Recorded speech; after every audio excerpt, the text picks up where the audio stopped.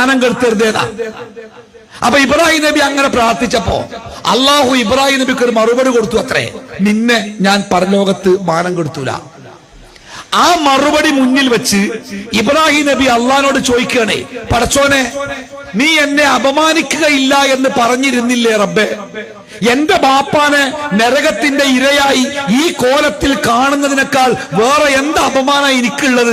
അതുകൊണ്ട് റബ്ബേ ആ വാക്കിന്റെ പിന്നിൽ എന്റെ ബാപ്പാനെ ഒന്ന് കഴിച്ചിതാക്കണേന്നാണ് എന്റെ അർത്ഥം. എന്റെ അള്ള മറുപടി പറഞ്ഞ ഇബ്രാഹിം, ഓ അങ്ങനെ ഒരു വാക്ക് എനിക്ക് തന്നീനില്ലേ, അതുകൊണ്ട് സാരല്ല, എന്റെ ബാപ്പാനെയും കൂട്ടി സ്വർഗത്തുക നടന്നു പറഞ്ഞോ? അങ്ങനെ പറഞ്ഞ് അല്ല. അള്ള പറഞ്ഞ എന്താ അറിയോ? ഇബ്രാഹിം ശിർക്ക് ചെയ്തവർക്ക് സ്വർഗം ഹറാമാണെന്ന് ഞാൻ നിന്നോട് പറഞ്ഞിരുന്നില്ലേ? പറഞ്ഞിരുന്നു റബ്ബേ, പറഞ്ഞിരുന്നു. നിന്റെ ബാപ്പ ശിർക്ക് ചെയ്തിട്ടില്ലേ? ഉണ്ട് റബ്ബേ.